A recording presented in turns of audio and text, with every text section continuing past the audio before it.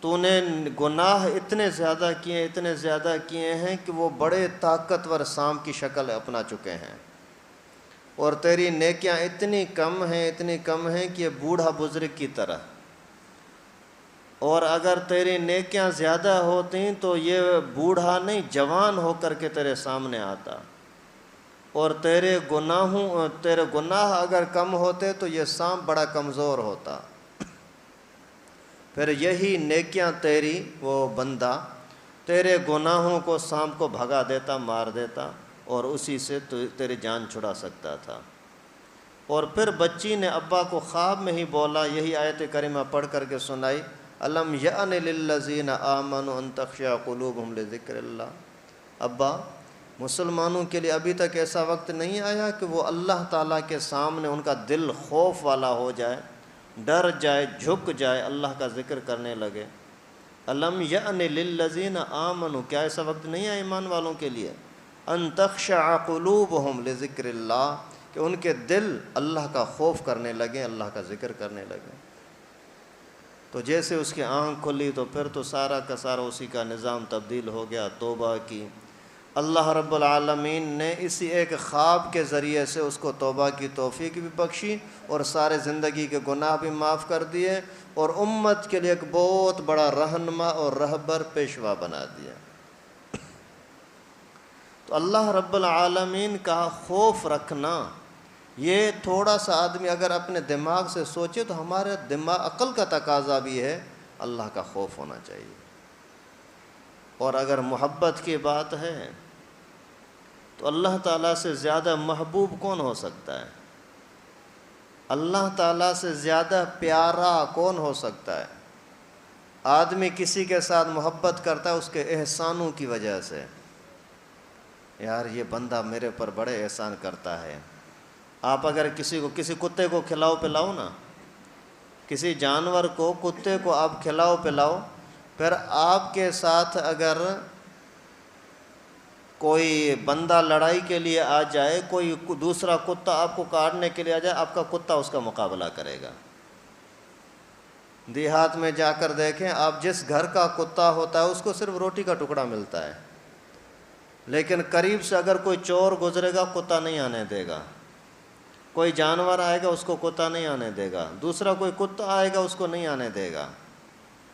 تو اگر کسی کے ساتھ محبت ہوتی اس کے احسان کی وجہ سے، تو اللہ تعالیٰ سے بڑھ کر احسان کس کے ہو سکتے ہیں؟ تو محبت بھی اللہ تعالیٰ ہی کا حق ہے، اور دنیا کی چیزوں کے ساتھ جو تمہاری محبت ہے نا، بچے کے ساتھ محبت، گھر کے ساتھ محبت، باغات کے ساتھ محبت، آپ کو یہ دنیا کی رنگینیاں خوبصورت لگ رہی ہیں، کبھی کہاں پکنک کے لیے جا رہے ہو، وہاں کا منظر بڑا خوبصورت ہے، ہم دیکھنے کے لیے جا رہے ہیں، بھائی یہ ساری چیزیں اللہ نے بنائی ہیں۔ تو اللہ تعالیٰ کی بنائی ہوئی چیزیں جب اتنی حسین ہیں تو خود رب العالمین کتنا حسین ہوگا، تو خود اللہ رب العالمین کتنا حسین ہوگا۔ تو محبت کی وجہ سے اگر کسی کی بات مانی جائے تو بھی سب سے زیادہ حق یہ ہے کہ آدمی اللہ کی بات مانے، خوف کی وجہ سے تو بھی اللہ، محبت کی وجہ سے تو بھی اللہ، لالچ کی وجہ سے تو بھی اللہ، اس سے بڑھ کر کے کوئی بھی اور ذات ایسی نہیں ہے جس کی بات کو مانا جائے۔